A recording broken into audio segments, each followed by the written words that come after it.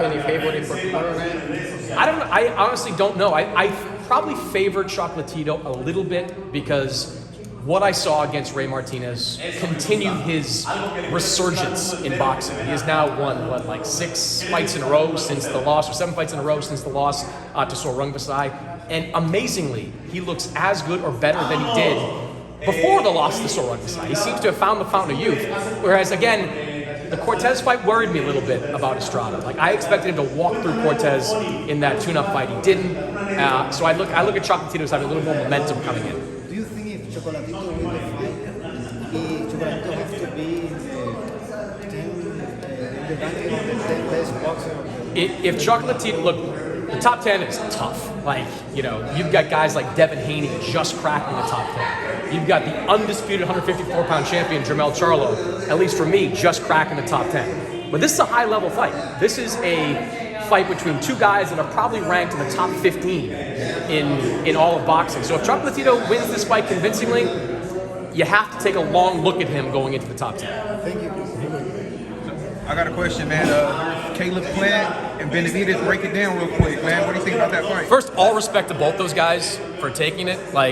Caleb Plant didn't necessarily have to take it after coming off that win, and Benavidez, he's got some options out there as well. But both these guys wanted it, and they made it happen. I look at Benavidez as being a top 10 pound-for-pound talent. I don't think he's a top 10 guy yet because it's your resume. You've got to have the resume to do it, and Benavidez knows that. So I think his pressure is eventually going to get to Caleb Plant the same way Canelo's pressure eventually got to Caleb Plant. But it's a great fight, and I will not diminish Caleb Plant one bit if he loses because I admire the hell out of guys that take these types of fights. So, speaking about taking fights, Gervonta took another fight. What do you think about that fight against that 130-pound fighter? Yeah. Well, first of all, Gervonta, from what I understand, wanted the fight in January.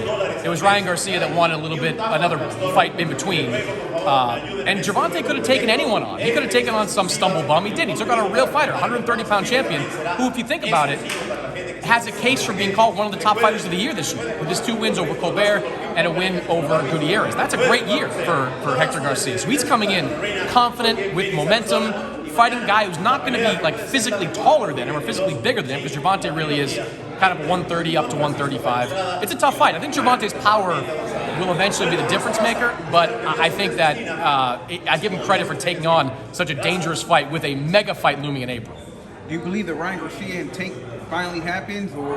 I think it happens. I think everybody's on the same page when it comes to the network agreement. Everybody's on the same page when it comes to finances. I give Ryan's side a lot of credit. They were saying we'll be the B side all the way through, so they never made that a big issue when it comes to making this fight.